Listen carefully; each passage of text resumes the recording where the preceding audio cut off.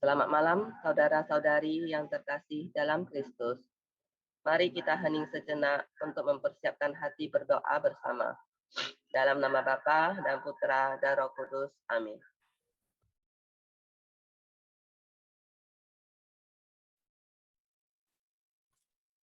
Aku percaya akan Allah, Bapa yang Maha Kuasa, Pencipta langit dan bumi, dan akan Yesus Kristus, Putranya yang tunggal Tuhan kita, yang dikandung dari Roh Kudus, dilahirkan oleh perawan Maria, yang menderita sengsara dalam pemerintahan Pontius Pilatus, disalibkan, wafat dan dimakamkan, yang turun ke tempat penantian, pada hari ketiga bangkit dari antara orang mati, yang naik ke surga, duduk di sebelah kanan Allah Bapa yang Maha Kuasa.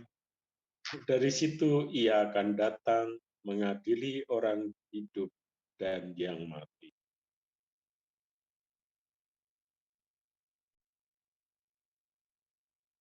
Aku percaya akan Roh Kudus, Gereja Katolik yang kudus, persekutuan para kudus, pengampunan dosa, kebangkitan badan, kehidupan kekal. Amin. Amin.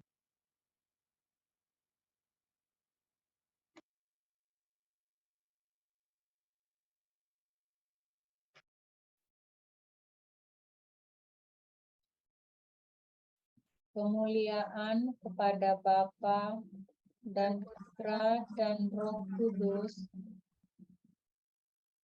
seperti pada permulaan, sekarang, selalu dan sepanjang segala abad. Amin. Bapa kami yang ada di surga, dimuliakanlah namamu, datanglah kerajaanmu, jadilah kehendak-Mu di atas bumi seperti di dalam surga. Berilah kami rejeki pada hari ini, dan ampunilah kesalahan kami, seperti kami pun mengampuni yang bersalah kepada kami. Dan janganlah masukkan kami ke dalam pencobaan, tetapi bebaskanlah kami dari yang jahat. Amin. Salam Putri Allah Bapa, salam Maria, penuh rahmat, Tuhan sertamu. Terpujilah engkau di antara wanita, dan terpujilah buah tubuhmu, Yesus.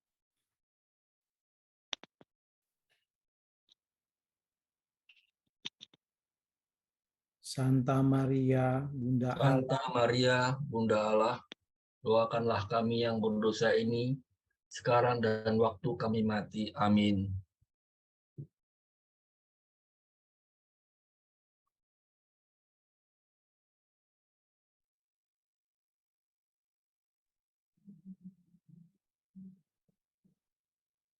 Salam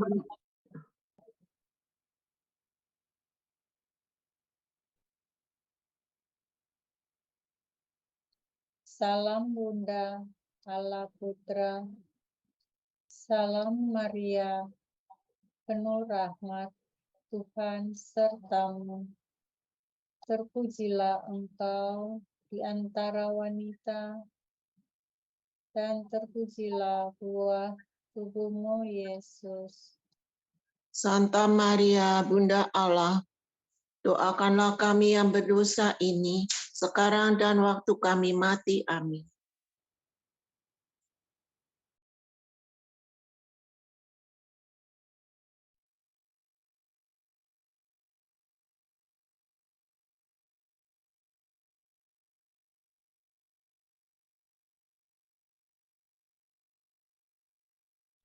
Santa Maria, Bunda Allah, doakanlah kami yang berdosa ini, sekarang dan waktu kami mati. Amin.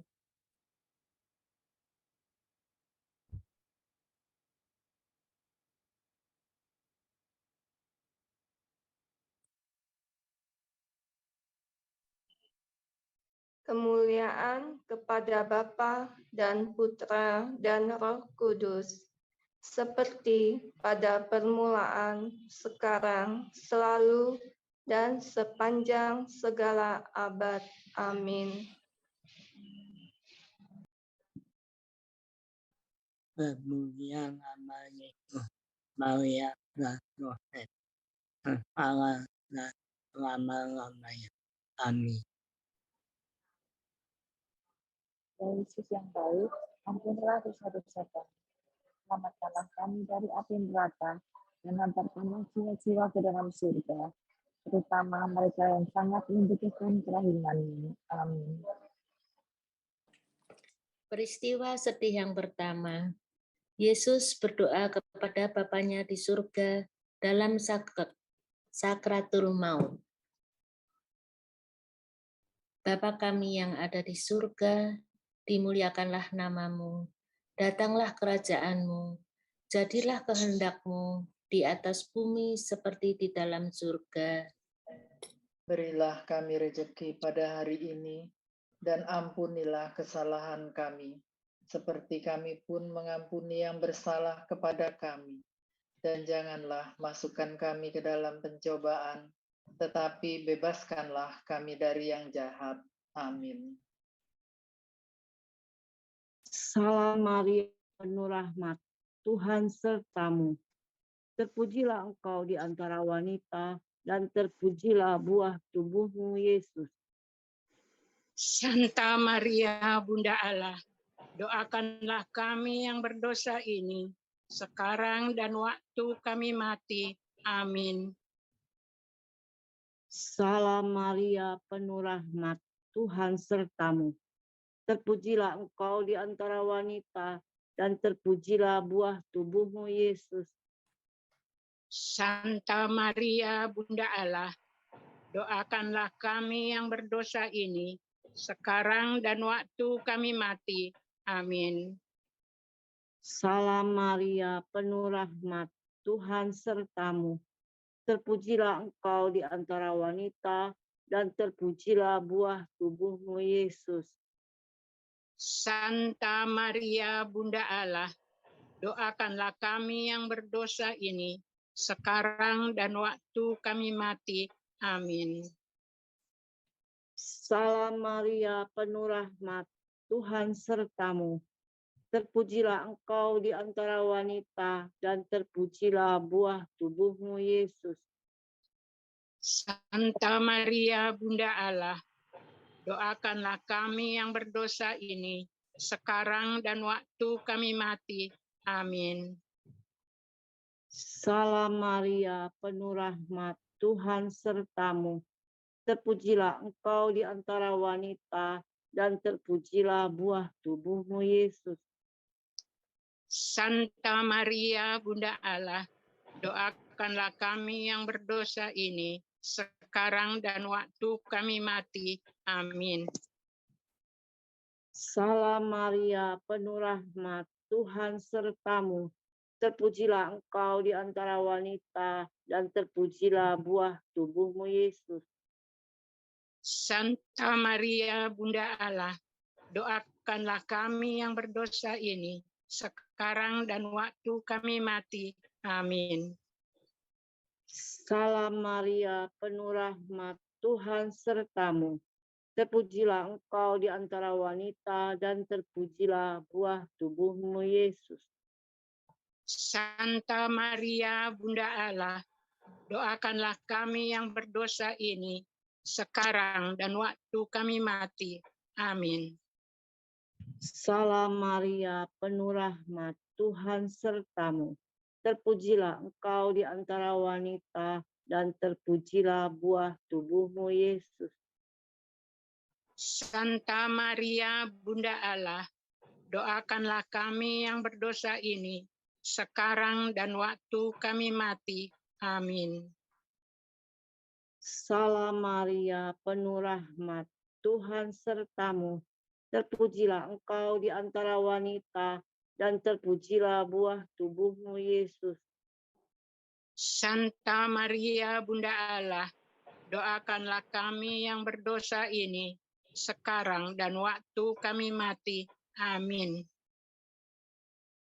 Salam Maria, penuh rahmat, Tuhan sertamu. Terpujilah engkau di antara wanita, dan terpujilah buah tubuhmu, Yesus. Santa Maria, Bunda Allah, doakanlah kami yang berdosa ini, sekarang dan waktu kami mati. Amin.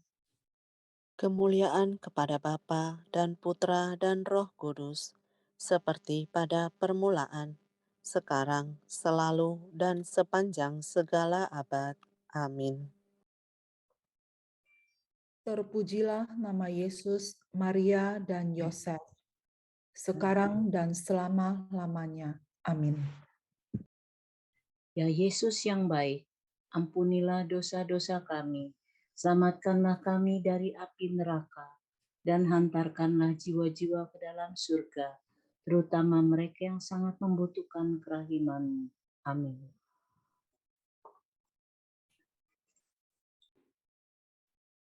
Peristiwa sedih kedua, Yesus didera. Bapa kami yang ada di surga, dimuliakanlah namamu. Datanglah kerajaan-Mu, jadilah kehendak-Mu di atas bumi seperti di dalam surga.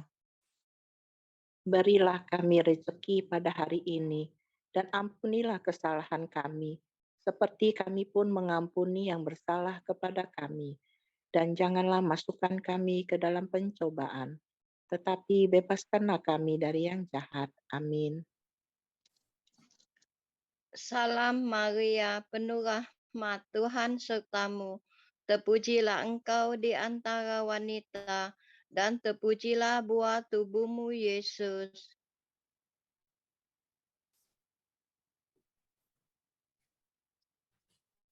Santa Maria, Bunda Allah, doakanlah kami yang berdosa ini.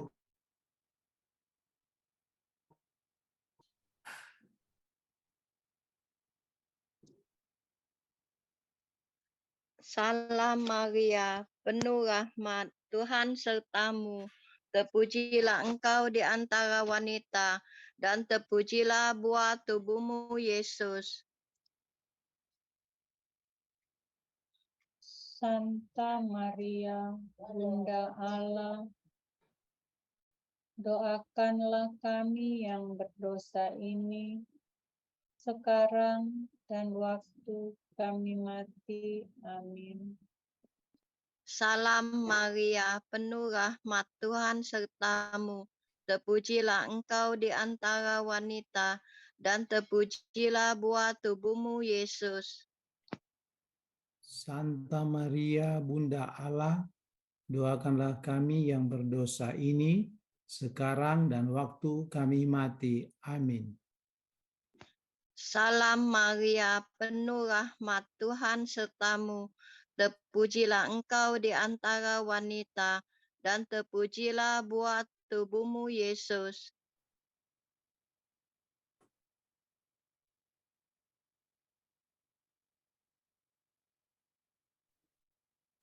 Santa Maria, Bunda Allah, doakanlah kami yang berdosa ini, sekarang dan waktu kami mati. Amin.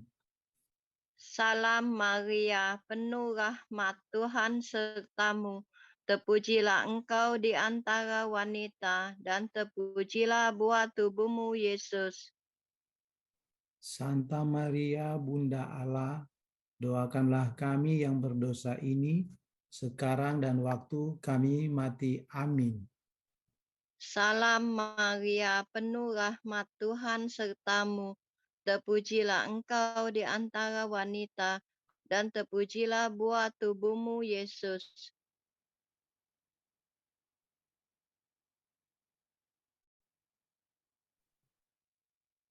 Santa Maria, Bunda Allah, doakanlah kami yang berdosa ini, sekarang dan waktu kami mati. Amin. Salam Maria, penuh rahmat, Tuhan sertamu. Terpujilah engkau di antara wanita, dan terpujilah buah tubuhmu, Yesus. Santa Maria, Bunda Allah, doakanlah kami yang berdosa ini, sekarang dan waktu kami mati. Amin. Salam Maria, penuh rahmat Tuhan sertamu. Terpujilah engkau di antara wanita, dan terpujilah buah tubuhmu, Yesus. Santa Maria, Bunda Allah, doakanlah kami yang berdosa ini, sekarang dan waktu kami mati. Amin. Salam Maria, penuh rahmat Tuhan sertamu. Terpujilah engkau di antara wanita, dan terpujilah buah tubuhmu, Yesus. Santa Maria, Bunda Allah, doakanlah kami yang berdosa ini, sekarang dan waktu kami mati. Amin. Salam Maria, penuh rahmat Tuhan sertamu. Terpujilah engkau di antara wanita, dan terpujilah buah tubuhmu, Yesus.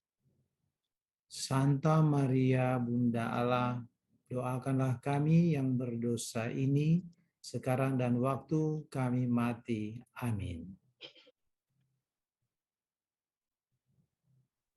Kemuliaan kepada Bapa dan Putra dan Roh Kudus, seperti pada permulaan, sekarang, selalu, dan sepanjang segala abad.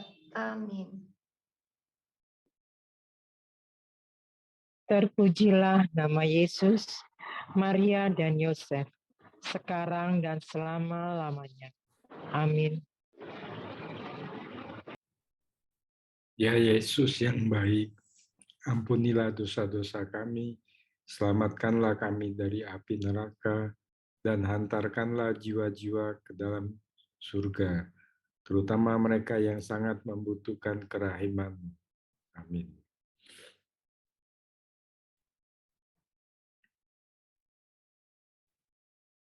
Peristiwa sedih ketiga, Yesus dimahkotai duri.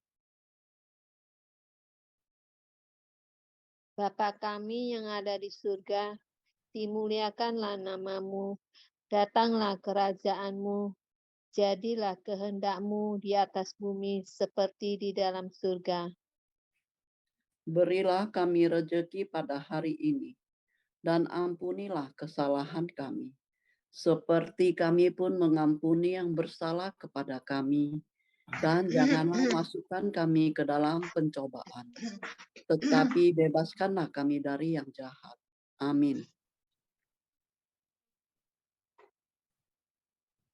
Salam Maria, penuh rahmat, Tuhan sertamu. Terpujilah engkau di antara wanita, dan terpujilah buah tubuhmu, Yesus.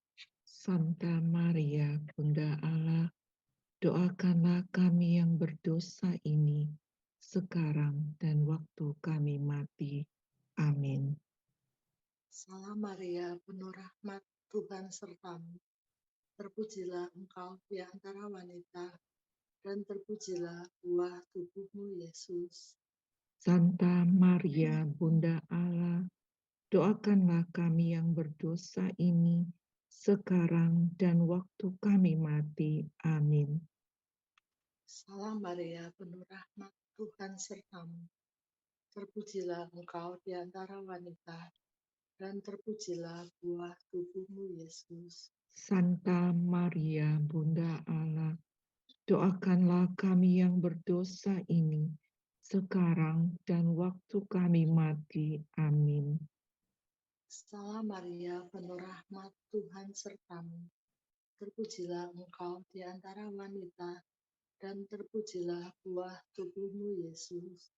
Santa Maria, Bunda Allah, doakanlah kami yang berdosa ini, sekarang dan waktu kami mati. Amin. Salam Maria, penuh rahmat, Tuhan sertamu.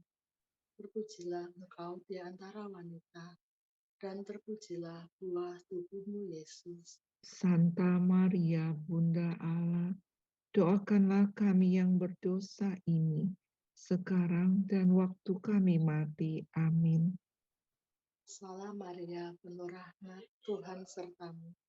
Terpujilah engkau di antara wanita, dan terpujilah buah tubuhmu, Yesus. Santa Maria, Bunda Allah, doakanlah kami yang berdosa ini, sekarang dan waktu kami mati. Amin. Salam Maria, penuh rahmat, Tuhan sertamu. Terpujilah engkau di antara wanita, dan terpujilah buah tubuhmu, Yesus. Santa Maria, Bunda Allah, doakanlah kami yang berdosa ini, sekarang dan waktu kami mati. Amin. Salam Maria, penuh rahmat, Tuhan sertamu. Terpujilah engkau di antara wanita, dan terpujilah buah tubuhmu, Yesus. Santa Maria, Bunda Allah, doakanlah kami yang berdosa ini, sekarang dan waktu kami mati. Amin. Salam Maria, penuh rahmat, Tuhan sertamu.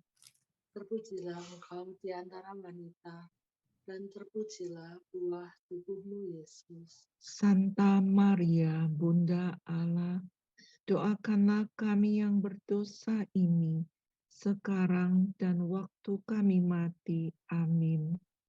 Salam Maria, penuh rahmat, Tuhan sertamu. Terpujilah engkau di antara wanita, dan terpujilah buah tubuhmu, Yesus. Santa Maria, Bunda Allah, doakanlah kami yang berdosa ini, sekarang dan waktu kami mati. Amin. Kemuliaan kepada Bapa dan Putra dan Roh Kudus, seperti pada permulaan, sekarang, selalu, dan sepanjang segala abad. Amin. Terpujilah nama Yesus, Maria, dan Yosef, sekarang dan selama-lamanya. Amin. Ya Yesus yang baik, mohon ampunilah dosa-dosa kami. Selamatkanlah kami dari api neraka dan hantarkanlah jiwa-jiwa ke dalam surga, terutama mereka yang sangat membutuhkan kerahiman-Mu. Amin. Peristiwa sedih keempat. Yesus memanggul salibnya ke Gunung Kalvari.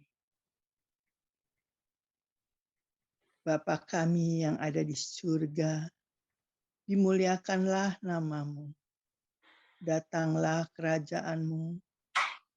Jadilah kehendak-Mu di atas bumi seperti di dalam surga. Berilah kami rezeki pada hari ini, dan ampunilah kesalahan kami, seperti kami pun mengampuni yang bersalah kepada kami. Dan janganlah masukkan kami ke dalam pencobaan, tetapi bebaskanlah kami dari yang jahat. Amin. Salam Maria, penuh rahmat, Tuhan sertamu. Terpujilah engkau di antara wanita, dan terpujilah buah tubuhmu, Yesus.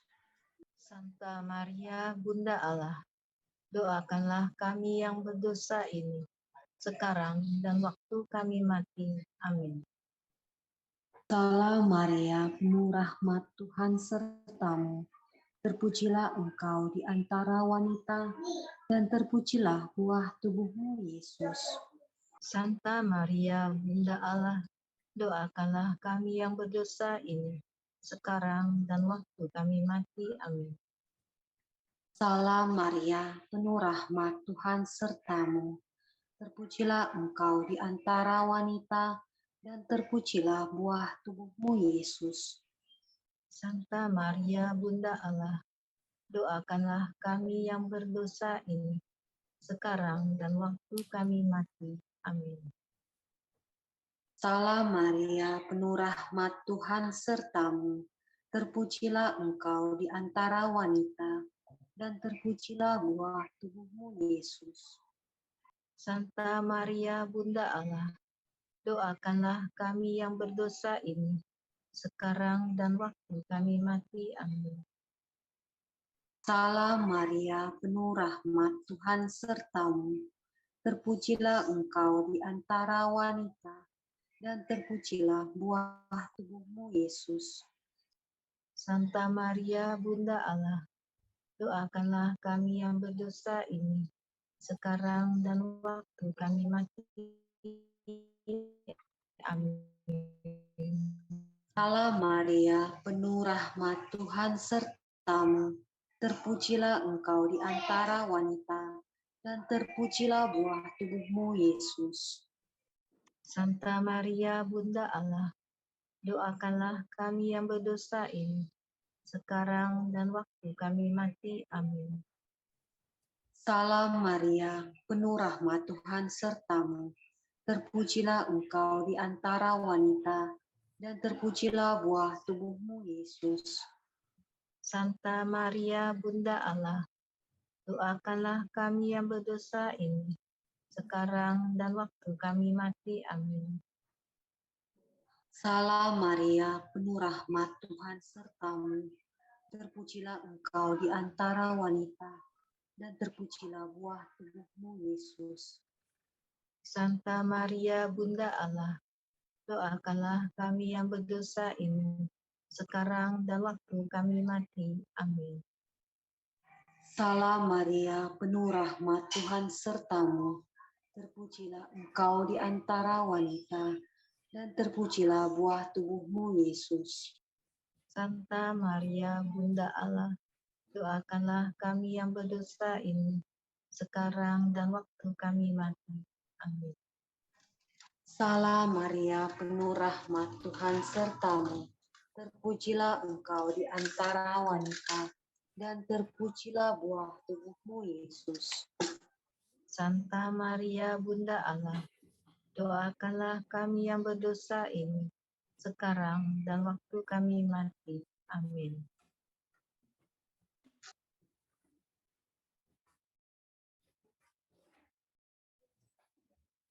Kemuliaan kepada Bapa dan Putra dan Roh Kudus, seperti pada permulaan, sekarang, selalu, dan sepanjang segala abad. Amin. Ngapain ya? Terpujilah nama Yesus, Maria, dan Yosef, sekarang dan selama-lamanya. Amin.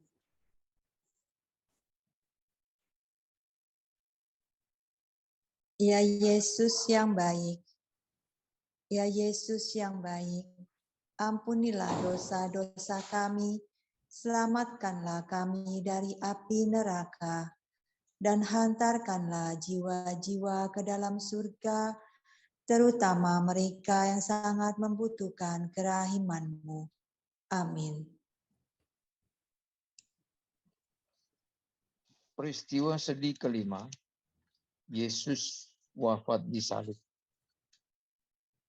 Bapa kami yang ada di surga, dimuliakanlah nama-Mu, datanglah kerajaan-Mu, jadilah kehendak-Mu di atas bumi seperti di dalam surga.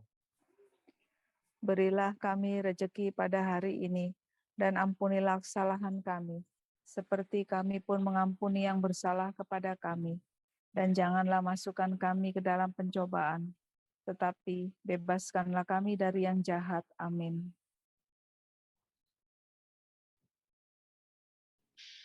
Salam Maria, penuh rahmat, Tuhan sertamu. Terpujilah engkau di antara wanita, dan terpujilah buah tubuhmu, Yesus. Santa Maria, Bunda Allah, doakanlah kami yang berdosa ini, sekarang dan waktu kami mati. Amin. Salam Maria, penuh rahmat, Tuhan sertamu. Terpujilah engkau di antara wanita, dan terpujilah buah tubuhmu. Santa Maria, Bunda Allah, doakanlah kami yang berdosa ini, sekarang dan waktu kami mati. Amin. Salam Maria, rahmat, Tuhan sertamu. Terpujilah engkau di antara wanita, dan terpujilah buah tubuhmu, Yesus. Santa Maria Bunda Allah, doakanlah kami yang berdosa ini, sekarang dan waktu kami mati. Amin. Salam Maria, penuh rahmat, Tuhan sertamu. Terpujilah engkau di antara wanita, dan terpujilah buah tubuhmu, Yesus. Santa Maria Bunda Allah, doakanlah kami yang berdosa ini, sekarang dan waktu kami mati. Amin. Salam Maria, penuh rahmat, Tuhan sertamu. Terpujilah engkau di antara wanita, dan terpujilah buah tubuhmu, Yesus. Santa Maria Bunda Allah, doakanlah kami yang berdosa ini, sekarang dan waktu kami mati. Amin. Salam Maria, penuh rahmat, Tuhan sertamu. Terpujilah engkau di antara wanita, dan terpujilah buah tubuhmu, Yesus. Santa Maria Bunda Allah, doakanlah kami yang berdosa ini, sekarang dan waktu kami mati. Amin. Salam Maria, penuh rahmat, Tuhan sertamu. Terpujilah engkau di antara wanita, dan terpujilah buah tubuhmu, Yesus.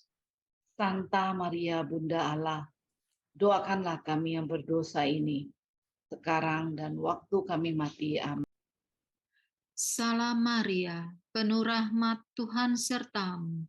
Terpujilah engkau di antara wanita, dan terpujilah buah tubuhmu, Yesus. Santa Maria Bunda Allah, doakanlah kami yang berdosa ini, sekarang dan waktu kami mati. Amin. Salam Maria, penuh rahmat, Tuhan sertamu. Terpujilah engkau di antara wanita, dan terpujilah buah tubuhmu, Yesus. Santa Maria Bunda Allah, doakanlah kami yang berdosa ini, sekarang dan waktu kami mati. Amin. Salam Maria, penuh rahmat, Tuhan sertamu. Terpujilah engkau di antara wanita, dan terpujilah buah tubuhmu, Yesus. Santa Maria Bunda Allah, doakanlah kami yang berdosa ini, sekarang dan waktu kami mati. Amin. Kemuliaan kepada Bapa dan Putra dan Roh Kudus, seperti pada permulaan, sekarang, selalu, dan sepanjang segala abad. Amin. Terpujilah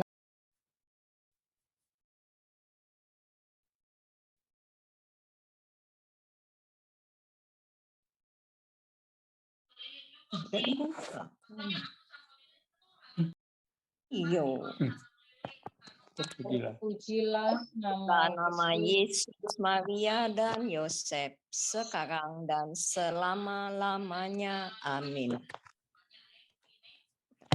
Sudah dibuka. Aku tadi? Jangan cepat dulu.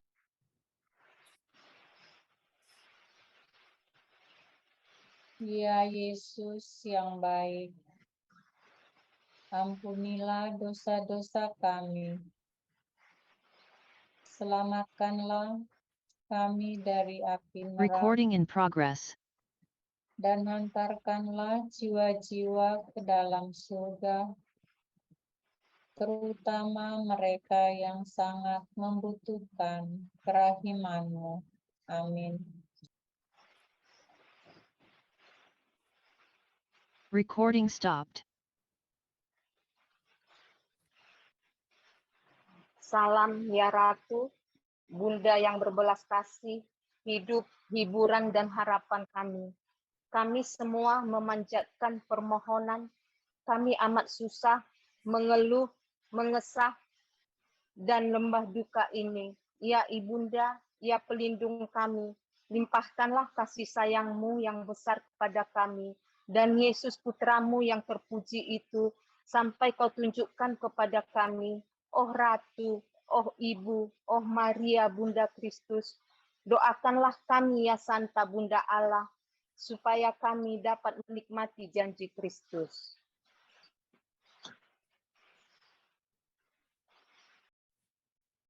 Marilah berdoa. Ya Allah, Putra-Mu telah memperoleh bagi kami ganjaran kehidupan kekal melalui hidup, wafat, dan kebangkitannya. Kami mohon agar dengan merenungkan misteri Rosario Suci Santa Peraman Maria, kami dapat menghayati maknanya dan memperoleh apa yang dijanjikan demi Kristus Tuhan kami. Amin. Doa memorare Santo Yusuf. Ingatlah ya suami Maria yang termurni, pelindungku yang terkasih, Santo Yosef. Belum pernah terdengar bahwa seorang pun yang mohon perlindunganmu dan mohon pertolonganmu dibiarkan seorang diri tanpa penghiburan.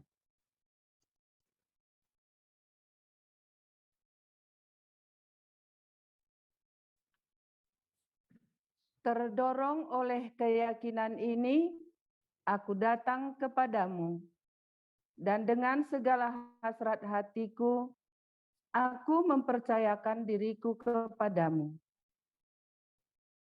Janganlah menolak doaku, ya Bapa Asuh Juru Selamat kami, melainkan dengan penuh belas kasih, dengarkanlah dan jawablah doaku. Amin. Dalam nama Bapa dan Putra dan Roh Kudus. Amin. Amin. Selamat malam Pastor Johannes Jepriandi Jedadu SMM. Selamat malam Pastor. Malam semuanya. Malam Ibu Selamat Mina. malam. Senang bertemu dengan Pastor malam hari ini. Selamat malam Suster Katarina. Selamat malam Ibu Regina. Selamat malam Bapak Ibu yang terkasih di dalam nama Yesus Kristus Tuhan kita. Selamat malam juga bagi semua adik-adik yang telah bergabung di dalam keluarga besar LPF. Terima kasih kalau malam hari ini kita telah menyelesaikan doa rosario kepada Bunda Maria, doa salam ya Ratu, dan doa memorare Santo Yosef. Sebentar lagi kita akan mendengarkan pengajaran dari Pastor Johannes Jepriandi SMM yang bertema cinta mencari cinta. Sesuatu tema yang sangat unik ya. Mari kita bersiap, kita buka hati untuk mendengarkan pengajaran malam hari ini. Tetapi sebelumnya baik kita terlebih dahulu berdoa satu kali salam Maria. Agar Bunda Maria hadir di tengah kita bersama Allah Roh Kudus Sang Mempelai. Agar hikmat yang daripada Allah diberikan kepada Pastor Johannes Jepriandi dan juga kepada kita semua yang akan mendengarkan pengajaran malam hari ini.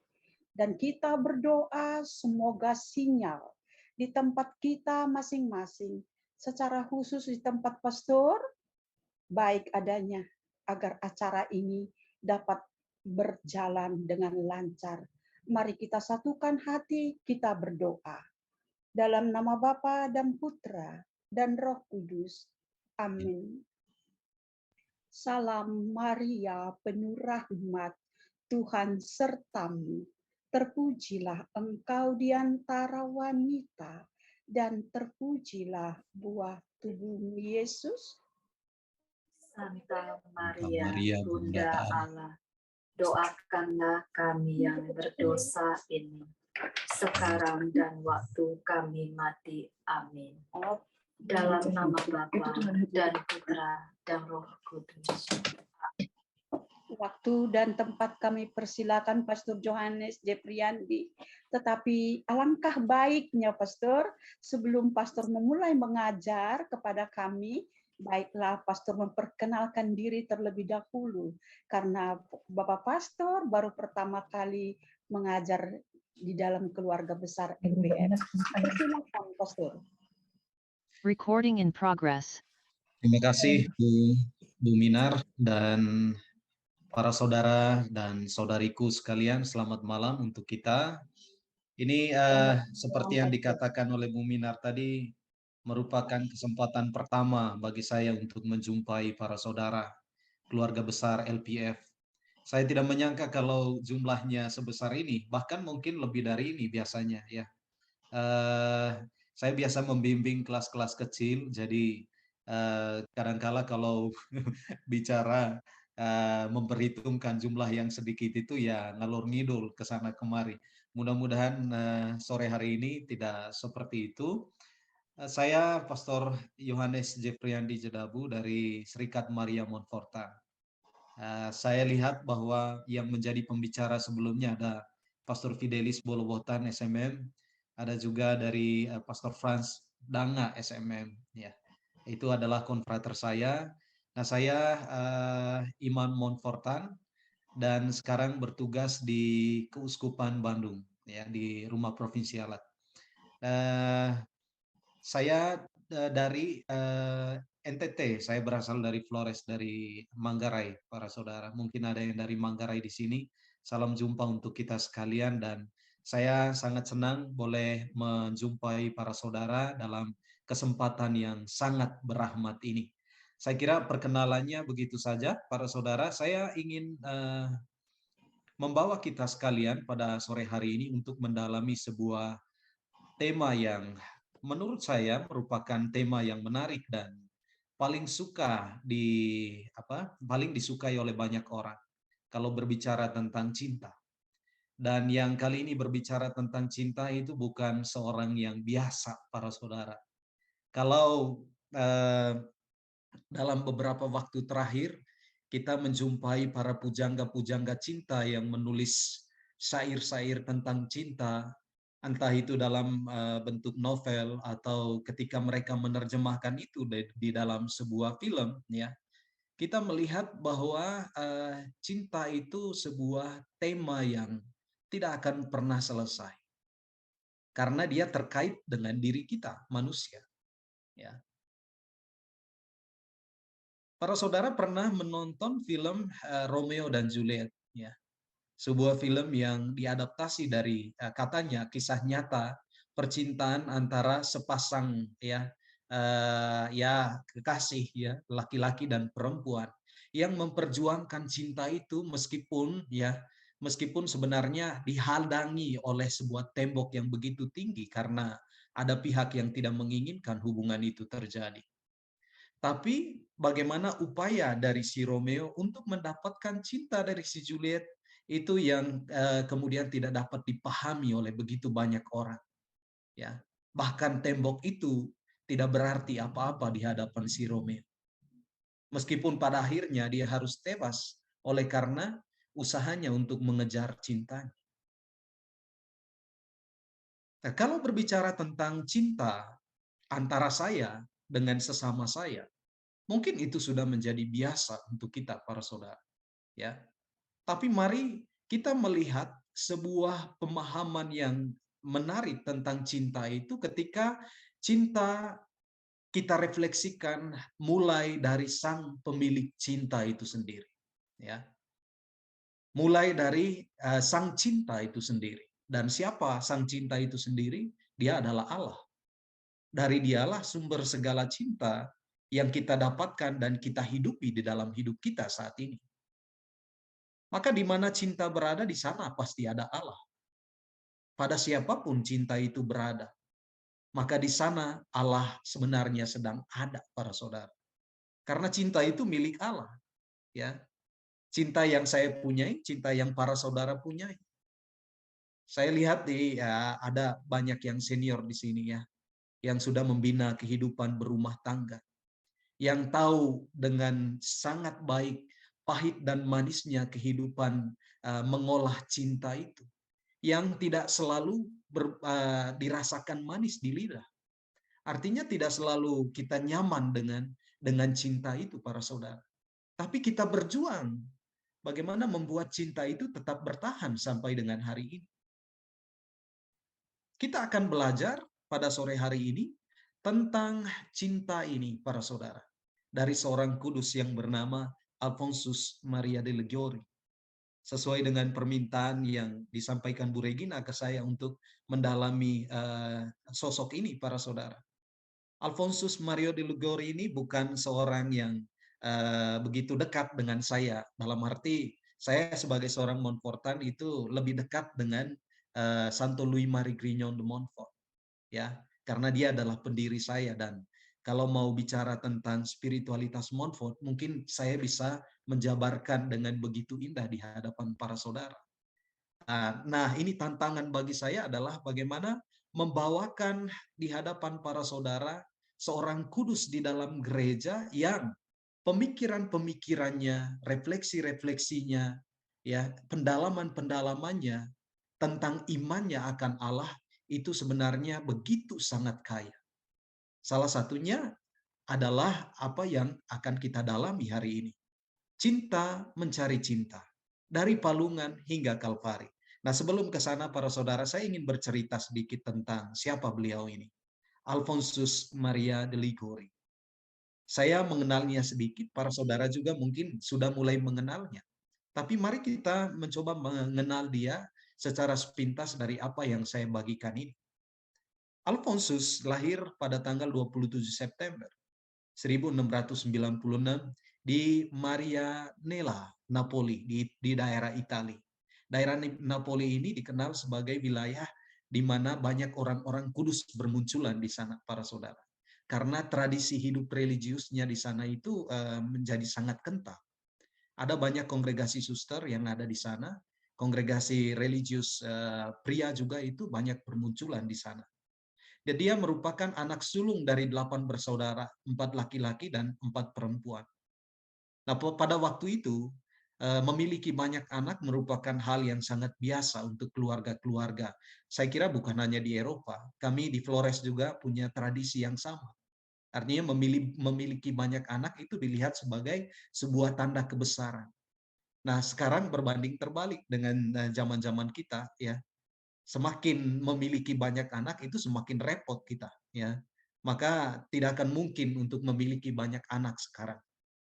Bahkan di Rusia, ya, di Rusia Putin kemarin mengatakan ya dia akan mensponsori keluarga-keluarga yang mau untuk melahirkan anak di dalam keluarga. Dan maksud Putin itu supaya setelah besar mereka akan dilatih untuk menjadi angkatan bersenjata, siap memegang senjata dan siap berperang. Nah, ini suatu hal yang lain, ya.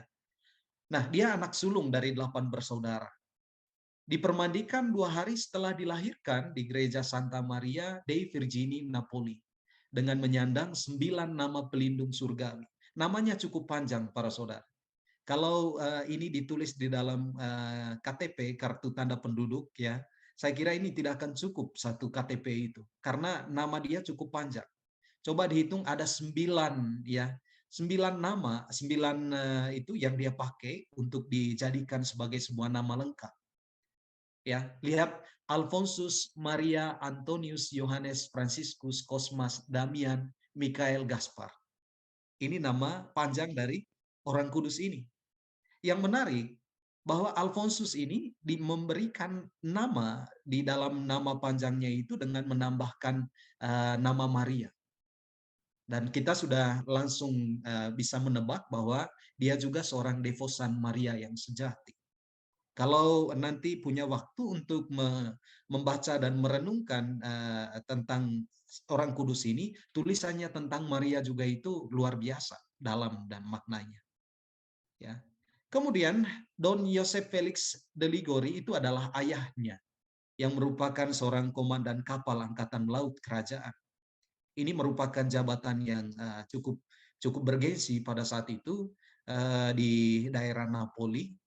Maka keluarga si Alfonsus ini termasuk keluarga yang cukup berada, para saudara, ya. Tapi ayahnya itu punya karakter atau tabiat yang keras, seorang yang ambisius, kadangkala intoleran, suka mengatur dan terkesan kasar, ya. Sementara ibunya adalah seorang yang saleh, lembut, penuh pengertian dan tekun dalam doa. Dua perpaduan ini, ya. Dua perpaduan ini kemudian mampu membesarkan dan mendidik Alfonsus dan adik-adiknya dengan begitu unik dan istimewa. bagaimana sikap sang ayah mendidik Alfonsus untuk memiliki sebuah sikap yang tegas di dalam hidup. Ya, ketegasan di dalam hidup. Ya.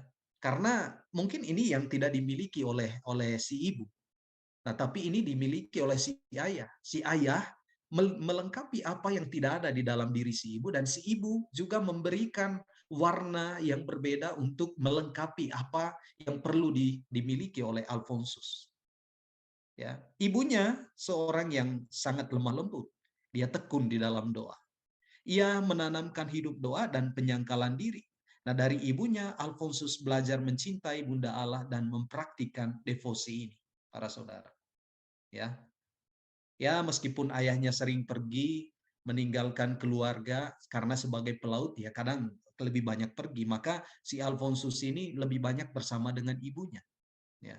Dan ibunya di dalam keseharian mereka menanamkan sebuah semangat hidup menggereja yang sangat kuat mengakar di dalam diri Santo Alfonsus Liguori. Dan ini sangat berpengaruh nantinya di dalam perjalanan hidup Alfonsus ini selanjutnya.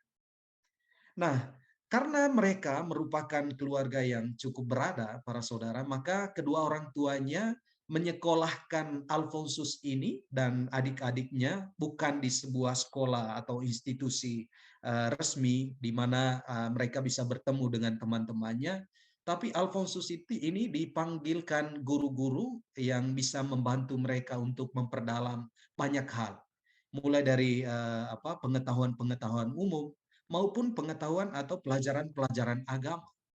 Maka dia punya seorang guru privat, ya, seorang imam bernama Domenico. Ya, Domenico ini mengajarkan kepada si Alfonsus ini mengajar bahasa, banyak bahasa yang dia perdalami. Dan ada seorang juga bernama Don Carmeniello Rocco, ya, pengantar filsafat. Kemudian ada juga bernama Gateno Greco, guru musik. Nah, bayangkan ayah dan ibunya itu memikirkan supaya anaknya ini memiliki bakat dan pengetahuan serta pemahaman yang banyak, ya. Ada banyak kemampuan yang mereka harapkan dimiliki oleh Alfonsus ini. Karena itu mereka memanggil guru-guru privat untuk mengajarkan dia tentang banyak hal. Satu hal yang menarik, bahwa ayahnya itu menginginkan Alfonsus ini memiliki jiwa seni di dalam dirinya. Maka dia memanggil guru musik, ya. Sampai si Alfonsus ini kadang-kala karena dia sebenarnya tidak menyukai musik, maka dia sedikit melarikan diri dari paksaan ayahnya. Namun ayahnya memaksa dia dengan memasukkan dia di dalam sebuah ruangan, menyekap dia di sana dan memasukkan gurunya ke sana dan mulai melatih di sana selama hampir seharian, kadangkala, gitu ya. Nah, pada usia 17 tahun menyelesaikan studi hukumnya, para saudara, ya. Pada usia 19 sampai 20 tahun sudah mulai menjadi pengacara handal di pengadilan-pengadilan kota Napoli. Dia dihargai karena kejernihan pikirannya, teliti menghargai klien dan tak pernah menuntut upah. Ia membela kliennya mati-matian. Jadi si Alfonsus ini dalam studi selanjutnya, ayahnya menginginkan dia untuk menjadi seorang ahli hukum di negeri itu. Ya, dan ini juga sesuai dengan minat dari si Alfonsus. Pada saat itu di sana terjadi begitu banyak praktik-praktik yang kotor yang terjadi di dalam bidang pemerintahan, dan Alfonsus ingin membersihkan itu semua. Ya, kadangkala idealisme dan keinginan yang begitu tinggi dari diri si Alfonsus sehingga itu membuat dia mati-matian menyelesaikan studinya ini dalam waktu yang sangat singkat. Dan para saudara, dia akhirnya dikenal di seluruh Napoli itu sebagai pengacara muda yang bisa menyelesaikan kasus-kasus berat yang terjadi di kota Napoli itu. Dan dia sangat disegani, dihormati di sana. Namun dalam perjalanan selanjutnya, dia mengalami sebuah kekalahan yang luar biasa. Dan ini membuat dia berpikir untuk menyelesaikan karirnya sebagai pengacara. Kita sebut itu sebagai titik balik dari perjalanan hidup dari si Alfonsus ini. Dia kalah dalam sebuah kasus.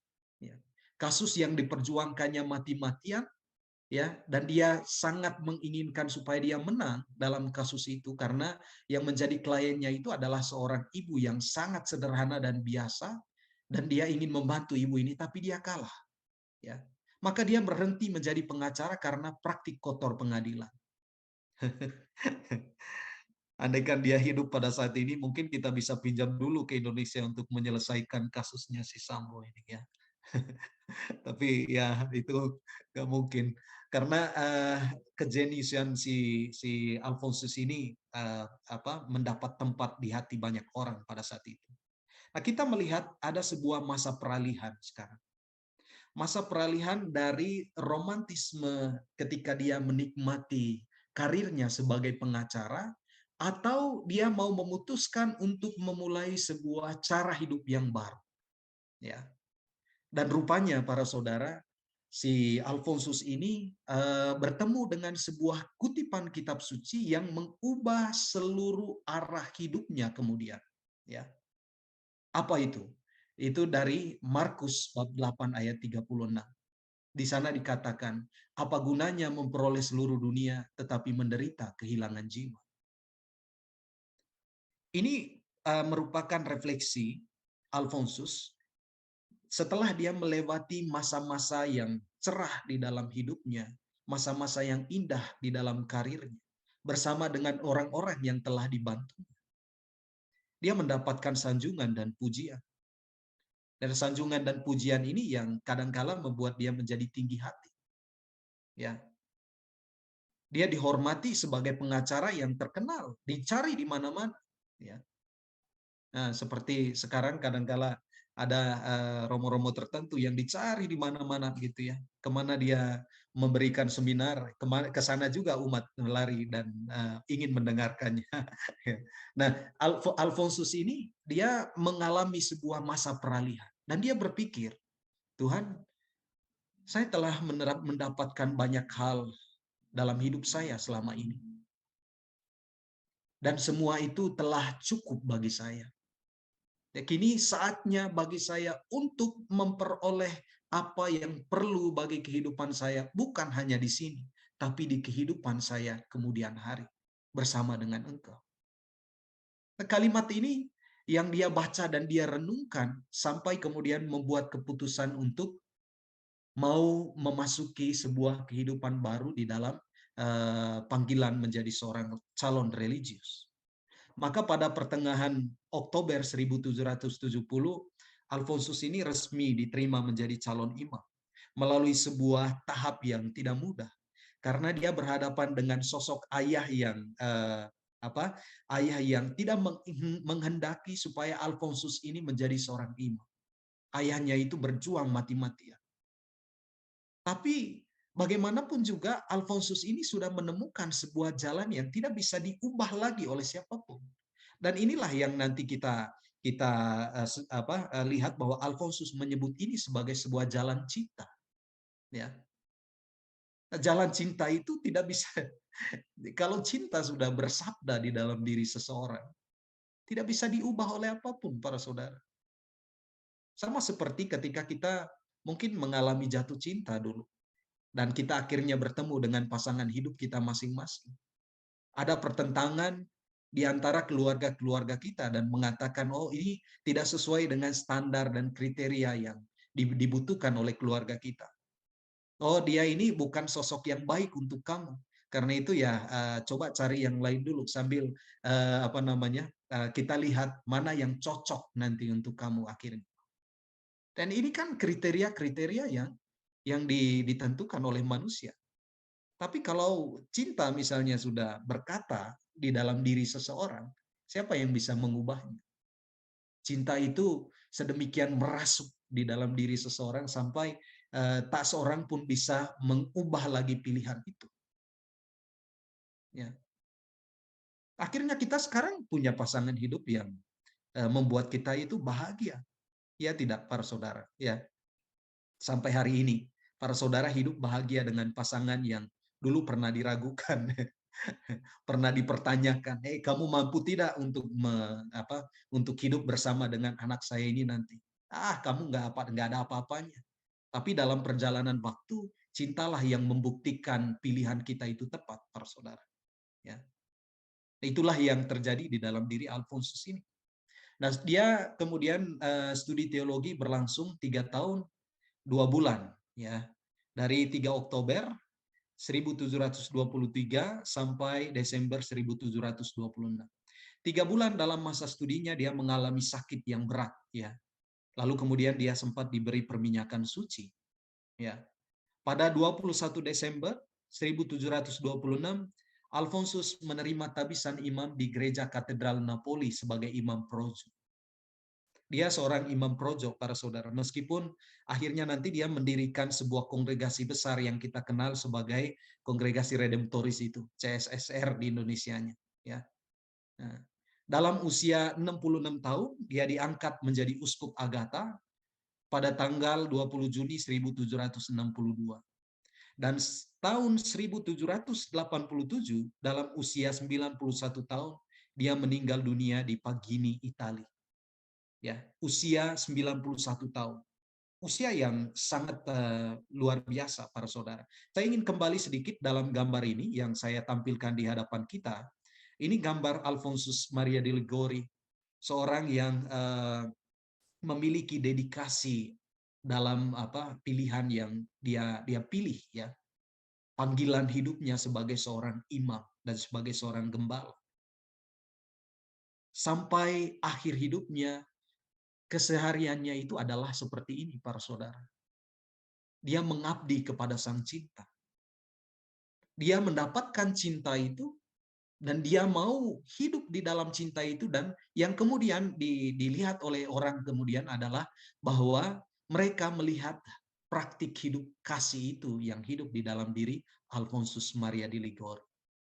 Sekarang saya ingin mengatakan sedikit tentang spiritualitas Alfonsus Maria de Liguori. Ya. Yang pertama, tentang keselamatan. Bagaimana Alfonsus Maria de Liguori ini mengatakan tentang keselamatan itu. Dia mengatakan demikian. Tuhan mengasihi manusia dan ingin menyelamatkan manusia dengan cara hidup cinta. Allah mengasihi dengan satu bahasa. Apa bahasa Allah? Kalau para saudara tahu, mungkin bahasa Allah itu bukan bahasa Korea, ya. Bahasa Allah itu bukan bahasa bahasa Tegal, bahasanya orang Jawa Timur, atau bahasanya orang Flores. Bahasanya Allah itu adalah apa yang dikatakan di dalam 5 huruf, CINTA, kasih, atau KASIH, kasih. Allah mengasihi manusia dan menyelamatkan manusia dengan cara hidup cinta. Maka kalau memandang Allah, memandang keselamatan yang dibawa oleh Allah, itu memandang kasih. Ya. Allah bertindak dengan kasih. Dia menyelamatkan kita hanya karena kasih. Yang sebenarnya kita tidak pantas lagi untuk mendapatkan perlakuan yang demikian. Kita sebenarnya karena dosa-dosa yang kita lakukan, kita sudah tidak pantas lagi untuk disebut sebagai anak Allah, para saudara. Tapi menurut Alfonsus, keselamatan itu terjadi justru karena Allah dengan kasih yang dimilikinya mau menjadikan kita kembali sebagai anak-anaknya yang terkasih. Maka menghidupi keselamatan itu tak lain adalah menghidupi kasih yang dikaruniakan Allah kepada kita masing-masing. Sehingga orang-orang Kristen itu adalah orang-orang yang harusnya hidup di dalam kasih itu, diwarnai oleh kasih itu. Ya. Itu yang pertama, para saudara. Ya. Nah, yang kedua tentang kekudusan. Ya. Kata Alfonsus, kekudusan itu dicapai dengan cara hidup cinta Tuhan terhadap manusia dan cinta terhadap manusia bagi Tuhan. Apa artinya ini, ya? Kekudusan itu dicapai dengan cara hidup cinta Tuhan terhadap manusia. Pertama begini, kita melihat dulu bagaimana cara Allah menyelamatkan dan menguduskan kita sekalian. Kita adalah orang-orang yang berdosa, para saudara. Tapi Tuhan tidak mau memandang itu sebagai alasan untuk membuang kita. Justru itu menjadi alasan bagi dia untuk mendekatkan dirinya semakin dekat dan lebih dekat lagi dengan kita. Ya. Nah, saya pernah memberikan sebuah permenungan tentang ini, para saudara, tentang bagaimana relasi antara kita dengan Allah. Saya memberikan sebuah gambaran begini. Ini sebuah tali ya, para saudara. Di sebelahnya ini Allah, kemudian di sebelahnya ini adalah manusia. Manusia. Allah memegang satu tali, ya. Di sebelahnya, manusia memegang satu tali di sebelahnya. Maka ketika gambarannya seperti ini, artinya manusia itu ada dalam persekutuan yang erat dengan Allah. Ya. Manusia ada di dalam hati Allah, Allah hidup di dalam diri manusia. Tapi apa yang terjadi kemudian? Dosa itu, para saudara, adalah bukan tindakan Allah untuk memutuskan tali ini, tetapi pilihan manusia untuk mengambil pisau dan memutuskan tali yang menghubungkan kita dengan Allah. Ya. Manusia saya berpikir, nggak perlu ini, maka saya mengambil pisau dan membuat tali itu menjadi terputus dan nggak connect lagi. Maka dosa itu adalah keadaan di mana kita sedang tidak connect dengan Allah, para saudara. Ya. Tapi bagaimana cara Allah membawa kita kembali untuk ada di dalam konektivitas itu, keterhubungan itu, usahanya itu adalah bagaimana dia menghubungkan kembali tali yang putus tadi itu menjadi terhubung kembali. Ya. Semakin sering manusia jatuh ke dalam dosa, semakin Allah itu berusaha untuk menghubungkan tali itu. Jadi tali yang tadinya panjang menjadi semakin pendek, para saudara.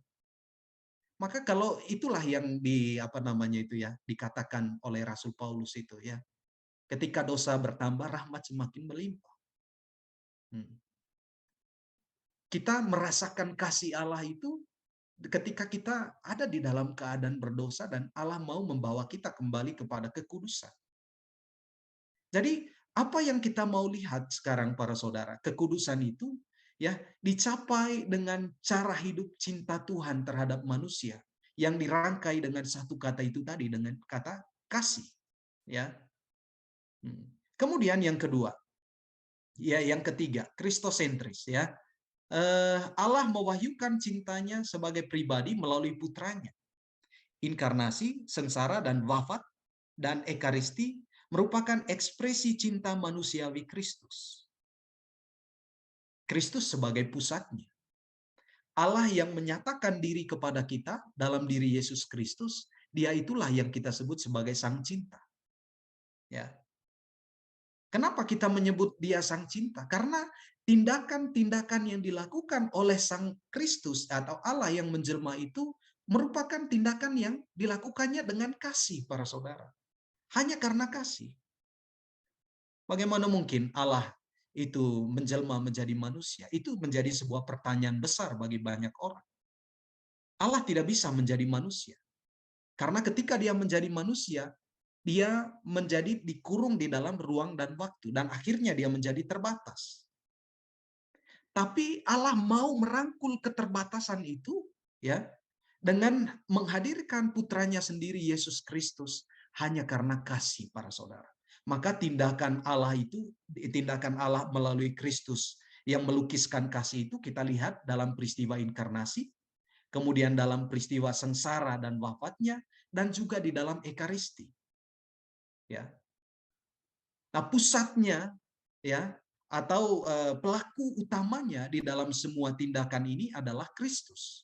Maka fokus kita menurut Alfonsus Maria di Ligori itu adalah Kristus. Kemudian yang berikut, ketaatan total. Kita dipanggil untuk menjadi milik Allah sepenuhnya dan memberikan kepada Allah apa yang menyenangkannya. Ketaatan total, tunduk sepenuhnya pada apa yang menjadi kehendak Allah. Dan Alfonsus Maria di Ligori menunjuk pada sosok Bunda Maria dalam hal penghayatan ketaatan total ini. Dengan fiatnya, aku ini hamba Tuhan, jadilah padaku menurut perkataanmu. Bagi Alfonsus Maria di Ligori merupakan sebuah ungkapan ketaatan total Maria di hadapan rencana Allah yang mau dikerjakan melalui dirinya. Ya. Ungkapan ketaatan total. Dan ungkapan ketaatan total yang paling utuh dan paling sempurna kemudian kita dapatkan di dalam diri Kristus. Sang Sabda yang menjelma menjadi manusia. Mau hidup di dalam rahim Maria, dilahirkan oleh Maria, dibentuk dan dibesarkan oleh Maria, lalu memberikan dirinya di atas kayu salib. Maka tidak ada yang di dalam diri Kristus, ketaatan total itu menjadi sangat sempurna. Dan karena itu kita mau belajar dari Yesus untuk tunduk dan taat sepenuhnya pada kehendak Allah atas hidup kita. Lalu yang berikutnya para saudara, ya kita belum masuk pada inti dari apa yang kita mau dalami pada malam hari ini tentang doa, ya. Menurut Alfonsus Maria di Ligori, doa itu merupakan pertemuan manusia dengan Allah. Perjumpaan kita dengan Allah. Di dalamnya terjadi sebuah komunikasi. Ada saya yang menyampaikan kepada Allah, ada Allah yang mau mendengar apa yang saya sampaikan. Tapi ada juga saya yang mau mendengar apa yang dikatakan Allah, tetapi juga ada Allah yang mau mengatakan sesuatu kepada saya. Saya mendengar Allah, tapi juga pada saat tertentu Allah mendengarkan saya. Itulah komunikasi yang terjadi antara saya dengan Allah di dalam doa. Maka tidak benar kalau misalnya di dalam doa itu kita hanya melihat sebagai sebuah komunikasi yang sifatnya searah. Pokoknya Allah itu hanya mendengar saja gitu. Tugas saya itu berbicara. Karena itu kadangkala ketika kita berdoa kita berpikir kita belum berdoa kalau belum menyampaikan banyak hal di hadapan Tuhan. Ya tidak ya para saudara. Entah kenapa ya Romo ya, kalau saya berdoa itu kurang mengena kalau misalnya saya tidak mengatakan banyak hal. Tapi begitu saya tumpahkan semuanya di hadapan Tuhan, ya saya akhirnya merasa lega karena ya sudah tersampaikan semuanya. Lalu saya bertanya kemudian, kapan kamu mendengarkan Allah? Di mana kamu bisa mendengarkan Allah? Oke, kita bisa mendengarkan Allah dimanapun. Tapi komunikasi yang intens dengan Allah itu para saudara terjadi di dalam doa. Dalam dan melalui doa. Doa yang seperti yang tadi kita lakukan dalam kegiatan kita pada sore hari ini. Di sana ada sebuah komunikasi. Kita berbicara, Allah mendengar. Dan pada saat tertentu kita mendengar Allah yang berbicara. Tapi pada saat yang lain ada kesempatan di mana saya dengan Allah itu tidak berbicara apa-apa, hanya hening yang terjadi. Ya. Nah, kata Alfonsus, doa itu pertemuan manusia dengan Allah dan sebagai kerjasama manusia dengan Allah. Karya dan kerasulan disatukan dengan doa dan kontemplasi, para saudara. Maka ya kadangkala jangan juga salah mengerti. Orang kadangkala mengatakan ya, yang penting bekerjalah. Untuk apa kemudian berdoa? Atau orang mengatakan ya berdoa saja, tidak usah bekerja. Tapi menurut Alfonsus Maria di Ligori, kamu harus melihat doa itu ya, karya dan kerasulan kita itu tidak ada artinya tanpa doa. Maka dia disatukan ya, karya dan kerasulan kita itu harus disatukan dengan doa dan kontemplasi. Kemudian Maria adalah kooperatrix, pekerja sama dalam karya keselamatan. Saya menemukan istilah ini baru sekali ini saya temukan ya. Kalau selama ini kan kita menemukan mediatrix ya. Lalu kali ini Alfonsus Maria di Ligori memberikan sebuah istilah yang saya juga baru tahu. Oh ada istilah Maria adalah kooperatrix, pekerja sama. Ya. Bisa digambarkan seperti ini para saudara ya. Ada sebuah proyek bersama. Proyek itu katakanlah kalau misalnya dikatakan proyek itu adalah milik saya di dalam perusahaan saya. Ya, maka supaya supaya perusahaan ini bisa berjalan dengan baik, maka saya memerlukan orang-orang di luar sana sebagai mitra. Ya. Nah, mitra ini orang yang ada di luar, tetapi seperti menjadi bagian inti dari perusahaan yang saya miliki, karena dia ikut memberikan sumbangsi untuk kelancaran atau upaya yang untuk memajukan perusahaan ini. Maka saya tidak bisa menyepelekan dia. Justru kehadiran dia membantu saya untuk menyelesaikan semuanya dengan baik.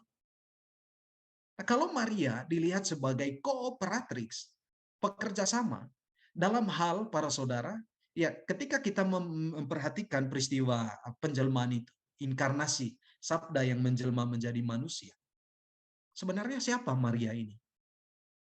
Dia tidak lebih dari manusia, sama seperti kita. Tapi Allah membutuhkan kehadiran Maria untuk menyukseskan salah satu misi besar Allah di dalam karya keselamatan itu. Bisa dia tanpa Allah, ya bisa dia tanpa Maria. Artinya Allah itu bisa melakukan apapun tanpa Maria. Tapi dia membutuhkan perempuan ini ya untuk bisa bekerja sama dengan dia ya dalam rangka membawa kembali atau dalam rangka penebusan itu terjadi. Ya. Oke. Nah, sekarang itu tadi pemikiran-pemikiran dari Alfonsus Maria de Liguori. Masih ada banyak para saudara, tapi saya hanya mengatakan beberapa. Sekarang kita mau melihat tentang pemahaman atau pendalaman beliau tentang cinta. Ya, saya memberi judul di sini Alfonsus dan Cinta. Kita bertanya, apakah tema tentang cinta ini menjadi tema sentral di dalam spiritualitas yang diajarkan oleh Alfonsus Maria de Liguori? Mungkin ini akan dengan sangat baik dikatakan oleh para redemptoris jika mereka diminta untuk mempresentasikan ini. Saya hanya merefleksikan sejauh apa yang saya dalami tentang Orang Kudus ini, para saudara. Ya, nah, dia memberikan sebuah kutipan demikian. Beberapa orang mengatakan kesucian itu terkandung dalam kerasnya hidup. Yang lain mengatakan dalam doa atau karya amal. Yang lain dalam seringnya menerima sakramen. Mereka semua tertipu. Kesucian itu terkandung dalam mencintai Allah dengan segenap hati. Dia memberikan catatan ini pada bagian akhir, para saudara.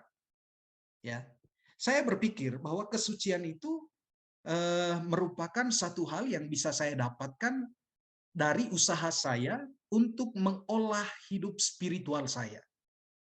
Dengan mengikuti devosi ini, devosi itu, dengan bergabung dalam organisasi ini, organisasi itu, dengan menghadiri kegiatan-kegiatan kategorial di paroki, dengan melakukan karya-karya ini dalam kehidupan sosial, itu penting, bagus para saudara.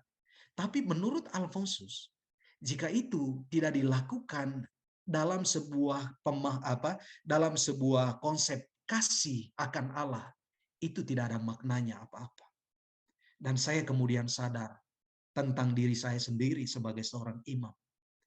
Para saudara, saya boleh ditabiskan menjadi seorang imam. Saya teringat apa yang dikatakan oleh Monsignor Anton ya dalam kesempatan refleksi bersama para imam. Dia katakan, para imam yang terkasih, kalian semua ya kita sekarang sudah menjadi imam. Itu adalah mimpi kita sejak kecil. Ada yang menemukannya mungkin dalam perjalanan pertengahan perjalanannya. Tapi saya sendiri, kata Monsignor Anton ya, saya menginginkan ini sejak saya kecil. Saya juga para saudara menginginkan ini sejak kecil. Saya bermimpi dan bercita-cita untuk menjadi seorang imam yang dikagumi. Ya. Lalu dalam perjalanan waktu saya bergabung dan masuk seminari. Saya bermimpi setiap kali itu ketika saatnya saya ditabiskan. Lalu apa? Apakah pencapaian seseorang itu ya untuk hidup kudus itu hanya setelah dia ditabiskan? Ternyata tidak, para saudara. Karena setelah ditabiskan pun, saya masih harus bergulat dengan diri saya. Bergulat dengan kelemahan dan kecenderungan-kecenderungan manusiawi saya. Maka tidak akan pernah selesai, kata Monsinyur Anton. Ya.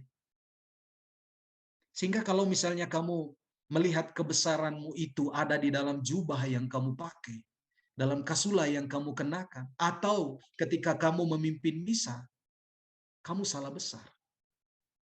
Ya. Itu bukan sebuah tanda kebesaran. Justru itu membawamu harusnya pada sebuah kesadaran bahwa ketika kamu mengenakan semua itu, kamu dibawa ke atas Kalvari. Ya, kamu dibawa ke atas Kalvari. Artinya apa sebenarnya yang dikatakan oleh Monsinyur itu? Jika semua jabatan-jabatan itu kamu jalankan hanya karena kamu ingin mendapatkan sesuatu dan kemudian orang memberimu berbagai macam hal yang kamu perlukan dan kamu cita-citakan sejak lama, kamu selesai dalam hidupmu. Tapi pertanyaannya, adakah cinta di sana? Dalam setiap hal yang kamu lakukan. Yang lain lagi mengatakan dalam doa atau karya amal, kata Alfonsus Maria di Ligori. Tapi melakukan sesuatu tanpa kasih akan Allah, tanpa kasih akan sesama, itu juga sia-sia, para saudara. Tak ada artinya sama sekali. Seorang katakan kepada saya, Pastor, saya berhenti menjadi seorang petugas gereja. Loh, kenapa, Bu? Ya, pokoknya saya berhenti, saya jengkel sekali, ya. Saya tidak dihargai sama sekali. Oleh siapa, Bu? Oleh pastor paroki, ya. Loh, kenapa? Wah, masa ya pastor ya? Dia tidak memberikan ucapan terima kasih sama sekali untuk kami yang bertugas KOR pada hari Minggu kemarin. Padahal kita sudah menyiapkan ini dengan sungguh-sungguh, ya. Tapi dia tidak memberi perhatian sedikit pun tentang ini. Ya. Oh, ternyata saya melihat ada satu hal yang kurang di dalam diri ibu ini. Dia kurang memiliki kasih. Ya. Dia kurang memiliki cinta. Ya. Demikian pun para saudara dalam hal-hal lain. Jangan tertipu dengan semua hal yang dilakukan baik oleh saya, mungkin oleh kita sekalian, atau oleh siapapun. Tapi selidikilah bahwa apakah setiap hal yang saya lakukan, yang kita lakukan, semuanya didasarkan atas cinta. Kenapa Alfonsus memberi penekanan seperti ini, para saudara? Karena dia sudah terlanjur tertarik untuk melihat tentang apa yang telah dilakukan Allah atas kita manusia. Allah tadi bertindak hanya dengan 5 huruf tadi. KASIH, CINTA. Kasih. Lainnya tidak, para saudara. Lainnya tidak. Ya. Maka inilah yang mempesonakan si Alfonsus Maria di Ligori itu tentang cinta ini. Ya, maka tulisan-tulisan kemudian di dalam spiritualitasnya banyak berbicara tentang cinta ini. Sehingga mungkin pantas kalau dia disebut juga sebagai seorang mistikus cinta. Ya. Maka sekarang kita mau melihat tentang makna cinta, mencari cinta ini.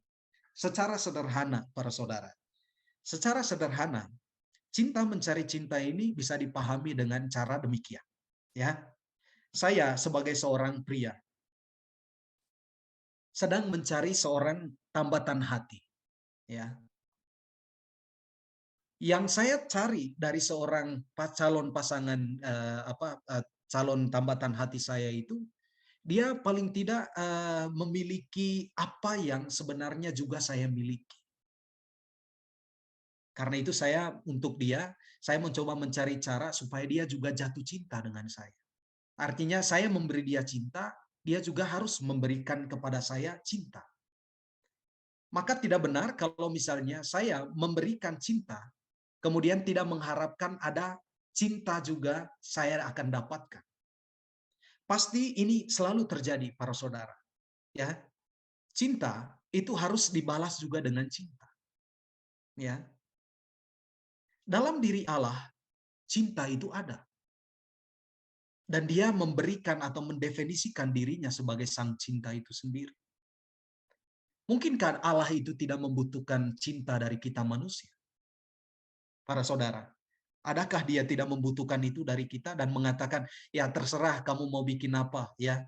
Yang penting saya sudah memberikan segala-galanya untuk. Sementara kita tahu bahwa di dalam seluruh isi ajaran Alkitab, kita kadang-kala melihat Allah itu sebagai seorang pecemburu. Ya. Allah itu cemburu, para saudara, ya. Cemburunya Allah itu karena apa? Karena cinta yang dia berikan kepada manusia tidak sepadan dengan balasan yang diberikan oleh manusia kepada. Bukankah itu juga suatu hal yang sering kali kita alami terjadi di dalam hidup kita? Cinta yang tak berbalas itu adalah suatu hal yang sangat menyakitkan. Dan orang bisa mengalami depresi bahkan mengakhiri hidupnya hanya karena cintanya tidak terbalas. Bagaimana mungkin Adam dan Hawa itu merasa biasa-biasa saja ketika mereka sudah diberikan segala-galanya, lalu Allah mengatakan, Adam dan Hawa, tolong ya, jangan kamu melanggar apa yang saya perintahkan ini. Buah yang di dalam taman itu, di tengah-tengah taman itu, tidak boleh kamu makan. Ya. Saya boleh memberikan semuanya kepadamu, tapi tolong yang satu ini jangan kamu ini. Ya. Tapi kemudian Adam dan Hawa, kita tahu ceritanya, mereka memilih untuk melawan apa yang sudah dilarang oleh Allah itu. Itukah balasannya? Kalau Jumat Agung itu kita sering mendengar lagu yang begini, para saudara. Hai umatku, apa salahku padamu? Ya. Aku, salahku apa kepadamu? Ketika engkau lapar, aku memberi engkau makan. Ketika engkau lapar, aku memberi engkau makan. Ketika engkau haus, aku memberi engkau minum. Ketika engkau dalam keadaan dalam kesendirian, aku datang untuk memberi engkau penghiburan. Lalu sekarang itukah balasanmu untuk? Para saudara, ini sebenarnya mengatakan dengan sangat kuat bahwa Allah sebenarnya sebagai Sang Maha Cinta itu sendiri juga membutuhkan sebuah respon atau feedback balik dari manusia sebagai sasaran di mana cintanya itu dialamatkan. Dia juga membutuhkan balasan cinta yang sama. Ya. Inilah artinya cinta mencari cinta itu. Sebenarnya sampai di sini saja kita sudah selesai dengan refleksi kita. Tapi mari kita lihat sebentar ya para saudara. Allah adalah cinta, para saudara. Kodrat dari diri Allah yang adalah cinta nyata dalam sabdanya dan pernyataan dirinya kepada manusia yang merupakan mahkota ciptaannya sendiri. Jika bukan karena cinta, bagaimana dia bisa mendandani manusia seperti dia menjadikan dirinya sendiri? Dan ketika dia memandang misalnya Bu Regina, dia melihat ada dirinya di sana, ya. Oke. Kemudian para saudara, penciptaan manusia menyatakan bahwa dalam diri manusia Allah menggoreskan cintanya. Allah menghendaki manusia pertama menjadi insan pencinta. Allah tidak menginginkan Adam itu hidup sendiri, maka dia menjadikan Hawa untuk hidup bersama dengan Adam. Dan relasi antara Adam dan Hawa ini merupakan relasi yang terjadi antara dua insan yang saling mencintai satu sama lain. Tapi dari mana cinta Adam dan Hawa ini? Kalau bukan Allah yang telah menempatkan itu di dalam diri. Cinta antara Allah dan manusia selalu memiliki hambatan, sebab manusia kerap tidak menjawab komunikasi cinta Allah. Oleh karena itu, dengan kekuatan cintanya, Allah berinisiatif menjalin dialog yang sempurna dengan manusia melalui peristiwa inkarnasi. Inkarnasi terjadi supaya manusia mampu memberikan jawaban yang sempurna terhadap dialog cinta dengan Allah. Saya tidak tahu para saudara ya, sejak mungkin para saudara pernah membaca buku yang ditulis oleh Uskup Fulton Sheen, ya. Di dalam buku itu dia pernah menulis sebuah pernyataan yang mengatakan bahwa sejak manusia jatuh ke dalam dosa, Allah sudah tidak lagi jatuh cinta dengan manusia. Allah seperti mengangkat kakinya dari dalam diri manusia. Tapi kapan Allah jatuh cinta lagi dengan manusia?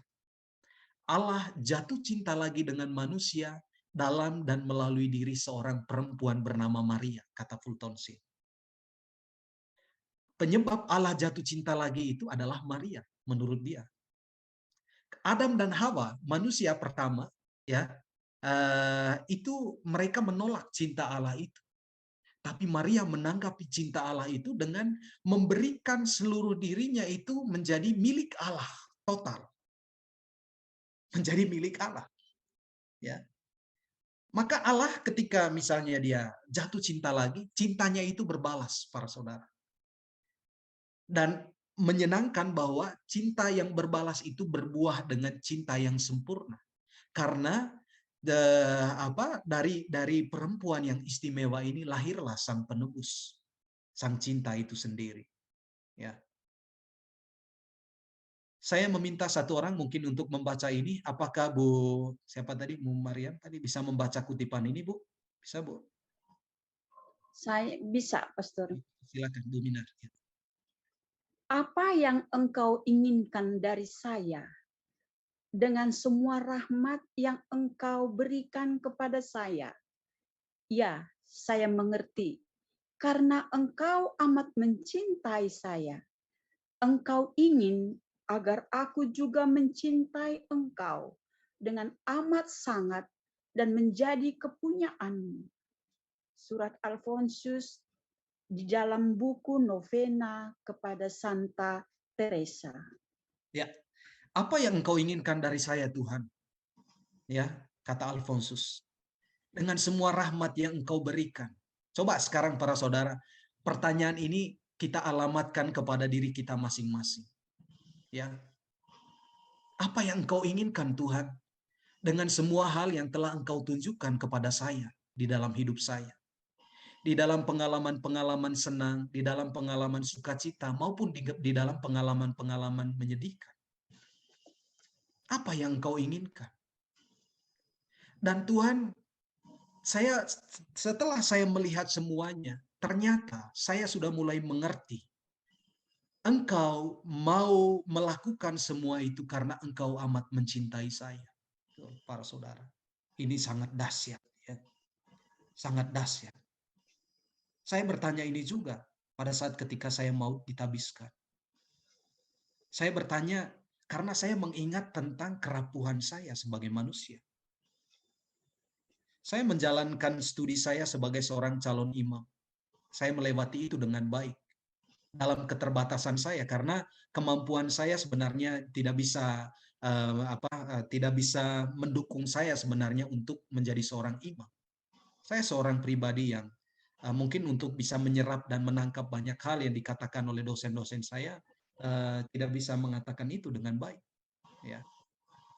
Tetapi pertanyaan si Alfonsus ini menjadi menarik buat saya kemudian. Ya. Tuhan, apa yang engkau inginkan dari saya sebenarnya? Ketika saat ini saya dipercayakan untuk menjadi misalnya pengurus gereja, ketika engkau mempercayakan saya untuk menjadi orang tua bagi anak-anak saya, sebenarnya apa sih? Ya. Oh ya, besok kita mendengar kisah tentang talenta, para saudara, ya. Nah, bahwa Tuhan mempercayakan kepada kita begitu banyak talenta yang Dia ingin supaya kita kembangkan. Pertanyaannya, apa yang membuat Tuhan itu begitu percaya dengan kita? Selain karena Ia mencintai kita. Engkau menginginkan agar aku juga mencintai engkau dengan amat sangat dan menjadi kepunyaan. Itu yang engkau inginkan, Tuhan. Maka sekarang saya mau menyerahkan seluruh hidup saya kepada, sehingga para saudara, orang yang sudah hidup di dalam spiritualitas seperti yang diajarkan oleh Alfonsus Maria di Ligori ini, mereka tidak lagi terpengaruh oleh apapun yang dikatakan oleh dunia ini. Tidak akan terpengaruh. Dan saya sudah menemukan begitu banyak orang yang sangat mencintai Tuhan dan mau menyerahkan seluruhnya kepada Tuhan apa yang mereka punyai. Jadi motivasi mendasar cinta adalah keinginan untuk dicintai. Allah berbuat begitu banyak untuk kita supaya dicintai oleh kita. Ya, para saudara. Aku memberikan talenta ini kepadamu supaya dari cara engkau mengembangkan talenta ini, aku bisa melihat apakah engkau mencintai saya atau tidak. Hai Pastor Yohanes, ya. Aku mempercayakan ini lebih dari yang lain, supaya saya bisa melihat apakah engkau bisa mencintai saya lebih dari yang lain. Ya. Hai Ibu Regina, ya. Para saudara, ini yang diinginkan Tuhan. Jika ingin dicintai, maka cintailah. Kata Alfonsus Maria di Ligori. Jika ingin dicintai, cintailah. Saya tidak mungkin mengharapkan orang mencintai saya kalau saya tidak berjuang untuk mencintai orang, gitu ya. Ketika Jokowi datang berkunjung ke daerah saya di NTT, banyak orang menangis dan menangis terseduh-seduh, para saudara. Saya menyaksikan itu di YouTube. Saya tidak berada di sana, tapi saya menyaksikan bagaimana ungkapan cinta mereka terhadap seorang pemimpin yang meskipun mungkin juga masih ada kekurangannya, tapi mereka sudah terlanjur melihat bahwa di dalam diri Pak Jokowi ini sudah hanya terdapat satu kata itu tadi, cinta. Maka bagaimana orang menanggapi cinta itu? Karena mereka mau mengatakan cinta mereka kepada Pak Jokowi karena mereka sudah mendapatkan cinta itu, para saudara. Tidak ada cara yang efektif untuk menjamin bagi diri sendiri suatu cinta atau perhatian dari yang lain daripada mencintai dan membuat dia sadar bahwa dia dicintai, para saudara. Ya. Ini juga kata Alfonsus Maria di Ligori. Ya.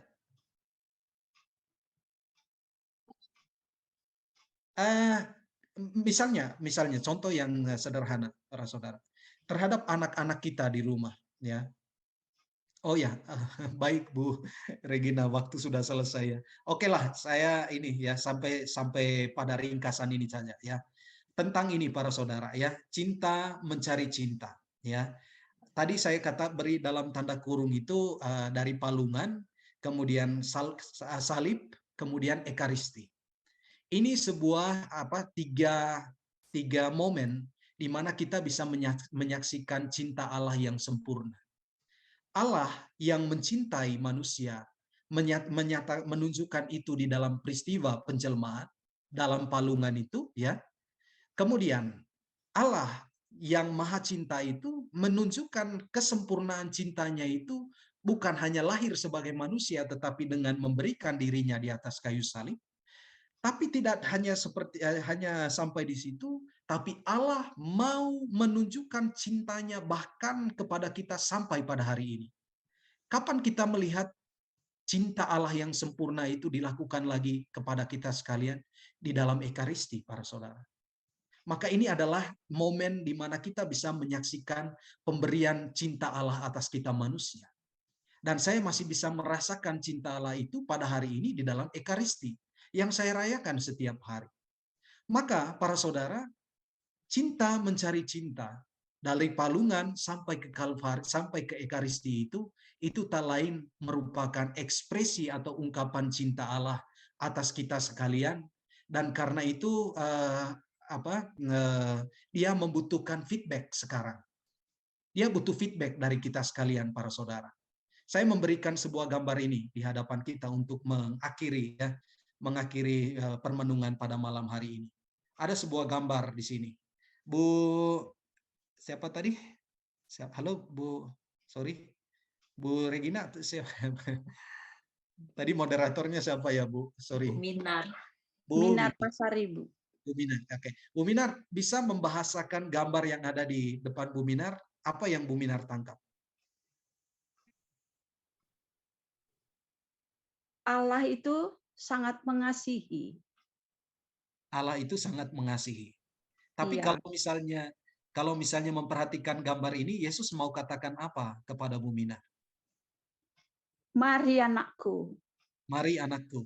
Ada lagi yang lain, Bu Regina, sebelum selesai? Tangannya berlubang paku. Ya? Tanda cinta. Tanda cinta. Oke, coba lihat para saudara. Hatinya. Hatinya? Hatinya. Oke. Jadi begini, dia katakan begini kepada kita sekalian pada hari ini, pada malam ini. Hai Bu Regina, lihat hatiku. Lihat hatiku artinya inilah cintaku. Bersinar tanpa mengenal padam. Menyala-nyala kepadamu. Cintaku kepadamu tidak akan pernah padam sampai kapanpun. Aku sudah memberikan semuanya untukmu. Tapi kita lihat tangan kanannya itu, para saudara, menjulur ke depan. Artinya apa ini? Dia katakan, saudariku, anakku Regina, ini hatiku untukmu. Sekarang mana hatimu untukku? Ya, mana cintamu untukku? Sekarang saya sudah menunjukkan cintaku untukmu, dan sekarang tunjukkan mana hatimu untukku. Para saudara, Yesus sudah mencintai kita. Maka sekarang tinggal tugas kita. Sudah cukupkah cinta yang saya miliki untuk saya berikan bagi Kristus? Kalau belum, kita masih punya waktu. Tuhan memberikan kita kesempatan supaya kita lagi dan lagi setiap hari menyempurnakan cinta yang ada pada kita untuk kita berikan lagi kepada Kristus sebagai sang cinta itu sendiri. Demikian yang bisa saya berikan pada malam hari ini, para saudara. Semoga bisa sedikitnya bermanfaat untuk semakin memantapkan kita mencintai Allah lagi dengan sepenuh hati kita. Demikian saya kembalikan ke Bu Puan. Terima kasih. Ya, terima kasih atas renungan yang sangat berharga, sangat menyentuh hati. Saya percaya semua kita yang mendengarkannya pasti tersentuh. Jadi menurut saya karena waktu juga kita tidak usah merangkum, hanya satu kalimat saja. Allah telah membuktikan kasih-Nya pada kita dengan lahir di palungan, wafat di kayu salib, dan hadir di dalam Ekaristi. Bagaimana dengan kita? Apakah kita telah menyambut kasih dan cinta Tuhan di dalam hidup ini? Terima kasih Pastor untuk renungan malam hari ini, karena berhubung waktu telah larut dan kami sangat rindu dengan Pastor. Kami akan minta kepada Ibu Lucia Lim untuk mengambil foto kita semua. Kita buka videonya dulu ya. Ya, dipersilakan untuk membuka video. Makasih Romo. Selamat malam Romo. Terima kasih Romo. Terima kasih Romo. Terima kasih. Terima kasih Romo. Selamat malam Romo. Bagus renungannya. Terima kasih Romo. Terima kasih Romo Cici. Sangat indah. Renungannya bagus sekali. Kami memohon doa dan berkat dari Pastor. Terima kasih udah Bu Minar. Makasih semua ibu-ibu.